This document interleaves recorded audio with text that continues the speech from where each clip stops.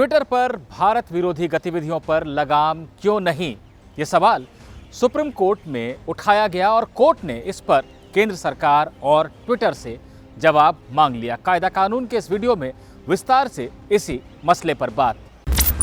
Supreme court ने जिस मामले पर नोटिस जारी किया है वो बीजेपी नेता विनीत गोयनका की तरफ से दाखिल की गई थी। इस याचिका में ये बताया गया था कि ट्विटर पर तमाम किस्म का फर्जीवाड़ा, भारत विरोधी गतिविधियां और हिंसा को बढ़ावा देने वाली गतिविधियां चल रही हैं।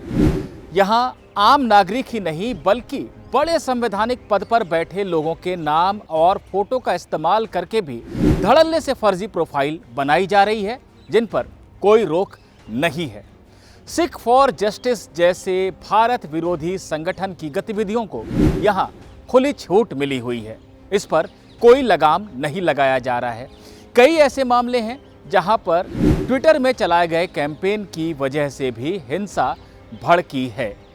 विनीत गोयनका का ये कहना था कि जो भी सोशल मीडिया एप्लीकेशन भारत में काम कर रहे हैं, जो प्लेटफॉर्म भारत में अपनी गतिविधियों को चला रहे हैं, उन्हें भारत की संप्रभुता का सम्मान करना चाहिए, भारत के नियमों का पालन करना चाहिए, लेकिन ट्विटर ऐसा नहीं कर रहा है। सुप्रीम कोर्ट के chief justice S A Bobde की अध्यक्षता वाली 3 जजों की बेंच ने विनीत गोयनका के वकील अश्विनी दुबे को थोड़ी देर तक सुना और मामले में नोटिस जारी कर दिया। बेंच ने कहा कि इस मसले पर पहले से जो याचिकाएं लंबित हैं उनके साथ ही इस मामले को सुना जाएगा। अब बात कर लेते हैं उन मामलों की जो पहले से लंबित हैं। इनमें से एक याचिका है वकील विनीत जिंदल की, जिस पर 1 फरवरी को नोटिस जारी हुआ था, और एक याचिका है पुणे के एक लॉ कॉलेज के 2 छात्रों स्कंद वाजपेयी और अभ्युदय मिश्रा की। इन याचिकाओं पर 13 अक्टूबर को नोटिस जारी हुआ था पिछले साल। इन दोनों याचिकाओं में ट्विटर के अलावा फेसबुक पर भी भारत विरोधी गतिविधियों और अवैध गतिविधियों की बात रखी गई थी। विनीत जिंदल की याचिका, जिस पर 1 फरवरी को नोटिस जारी किया गया था, उसमें यह कहा गया है कि ट्विटर और फेसबुक पर तमाम तरह की आपत्तिजनक सामग्री मौजूद है। देवी देवताओं के बारे में गलत टिप्पणियां की गई हैं, हिंसा को बढ़ावा देने वाली बातें कही गई हैं, लेकिन उन पर कोई लगाम नहीं है। ऐसे में एक व्यवस्था बनाई जानी चाहिए जहां पर कि इस तरह की सामग्री को तुरंत हटाया जा सके और वापस ऐसी ही सामग्री को अपलोड होने से रोका जा सके। कानून के 2 छात्रों की जिस याचिका पर 13 अक्टूबर को नोटिस जारी हुआ था, उसमें यह कहा गया था कि ट्विटर और फेसबुक पर फर्जी प्रोफाइल की भरमार है।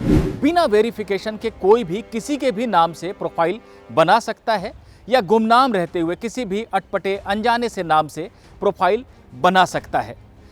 ऐसे प्रोफाइल की मौजूदगी अवैध, अनैतिक, अश्लील गतिविधियों को बढ़ावा देती है। तमाम तरह के अवैध व्यापार सोशल मीडिया के जरिए चलाए जा रहे हैं। अश्लील गतिविधियां हो रही हैं, इन पर कोई नियंत्रण नहीं है। इतना ही नहीं, हिंसक और भड़काऊ सामग्री की भी भरमार ऐसे प्रोफाइल के जरिए होती है। सोशल मीडिया प्लेटफॉर्म इन पर अपनी कोई जिम्मेदारी मानते ही नहीं। ऐसे में सरकार को ये कहा जाए कि वो एक व्यवस्था बनाए जहां सोशल मीडिया प्लेटफॉर्म्स की जिम्मेदारी तय हो सके, फर्जी प्रोफाइल्स को हटाया जाए और तमाम तरह की गलत सामग्री को भी हटाने की व्यवस्था बने। कोर्ट ने इसे भी सुनवाई के लिए स्वीकार किया था और केंद्र सरकार के साथ साथ ट्विटर और फेसबुक को नोटिस जारी किया था। सोशल मीडिया पर गलत गतिविधियों के खिलाफ लंबे समय से आवाजें उठती रही हैं। पिछले दिनों ट्विटर और केंद्र सरकार के बीच भारत विरोधी दुष्प्रचार कर रहे हैंडल्स को न हटाने को लेकर तनातनी भी देखने को मिली थी। अब एक के बाद एक जिस तरह से सुप्रीम कोर्ट इस मसले पर दाखिल याचिकाओं पर नोटिस जारी कर रहा है, उन्हें सुनवाई के लिए स्वीकार कर रहा है, उससे यही लगता है कि देश की सबसे बड़ी अदालत भी इस मसले पर गंभीर है। वो ये देख रही है कि अभिव्यक्ति की स्वतंत्रता के नाम पर समाज में हिंसा या गलत गतिविधियों को बढ़ावा देने वाली चीज़ें नहीं की जा सकती हैं। ये माना जा रहा है कि इस मसले पर अब तक जितनी याचिकाएं दाखिल हुई हैं, उनमें मार्च के महीने में कोर्ट विस्तृत सुनवाई कर सकता है।